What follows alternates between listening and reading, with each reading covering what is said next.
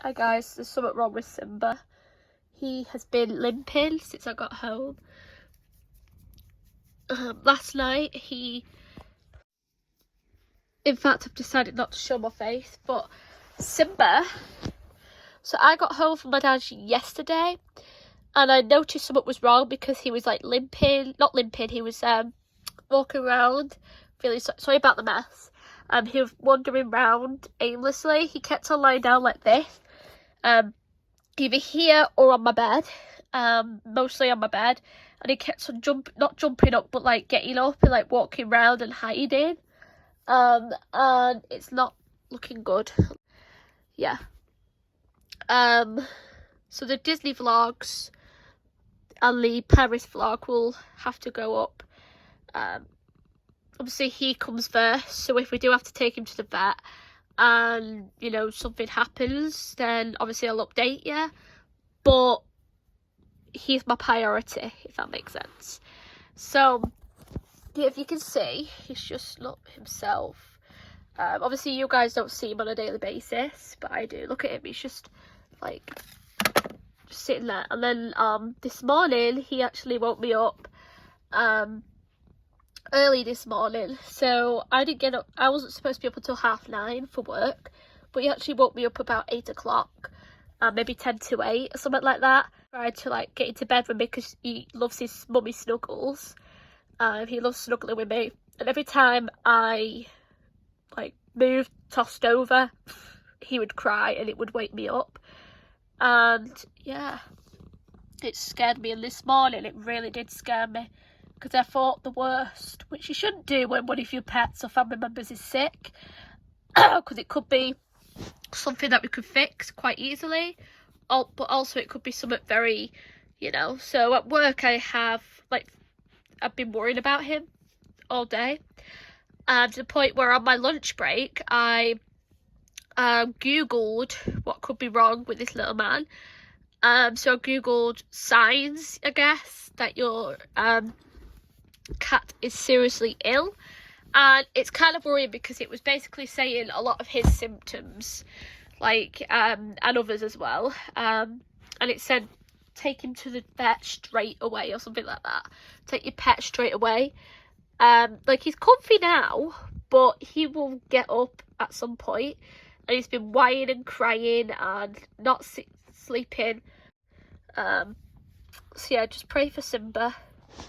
Pray for this little man, because I don't think he's well. I'm supposed to be finishing off a vlog. I'm tidying my room, that needs sorting. But like I say, he comes first. About 10 minutes ago, something like that. Fed the rabbit, cleaned the rabbit, you know. Not cleaned him, but like put some more hay in for him. And when I was in the garden with the rabbit, I could hear Simba whining, and I looked up and he was on the fence looking at me, and yeah, so he was on the fence looking at me and whining and crying, and he kept on like trying to lie down, and then like he nearly slipped at one point. He tried to get to me, I tried to get to him, but the wheelie bins were in the way, so I literally had to move 2 of the bins to get to him. And he was literally not, like, usually he would jump down and like come to me, but that time he couldn't. So yeah, keep in mind Simba is 10 years. Sorry, I accidentally pressed the stop recording button. But yeah, Simba is 10 years old in July, so next month. And I'm kind of really worried, because if you follow me for a long time, you would know about Buster, my nana's dog, who passed away. He passed away 2 years ago, a few days ago actually, and it was really worrying me that the same could be happening to Simba. And they were both Buster was the same age as Simba. And if you don't know, if you're new to my channel, basically,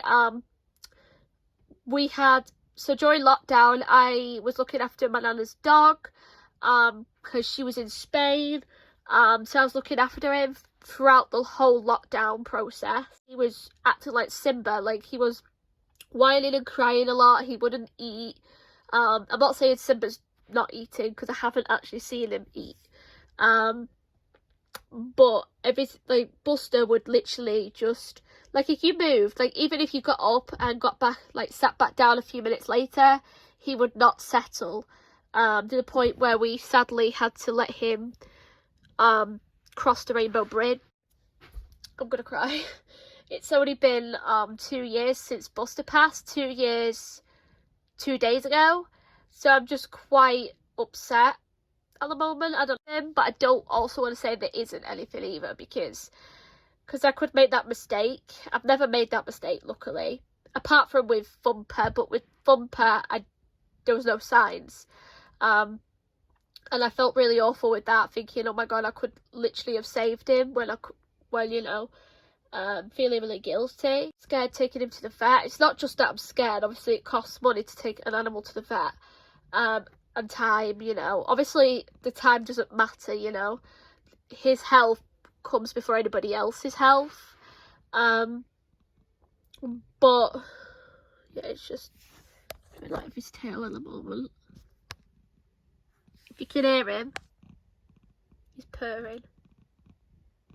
My room's in a mess because I left it in a mess going to Paris. I've only been back 2 days. Well, I've actually been back 4 days, but I've been spending those days at my dad's. Yeah, so I'm a bit worried. He's just sat there, and he usually does not sit in his place. He usually sleeps here or on my bed, so this is kind of worrying me, like I said. Thumper being passed away.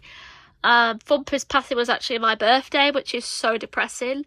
So yeah, to pray for Simba, that's all I'm gonna say. I forgot to mention, so I picked him up, right? I took him in the house, and he wouldn't, like, he was limping up the stairs to the point where I had to carry him.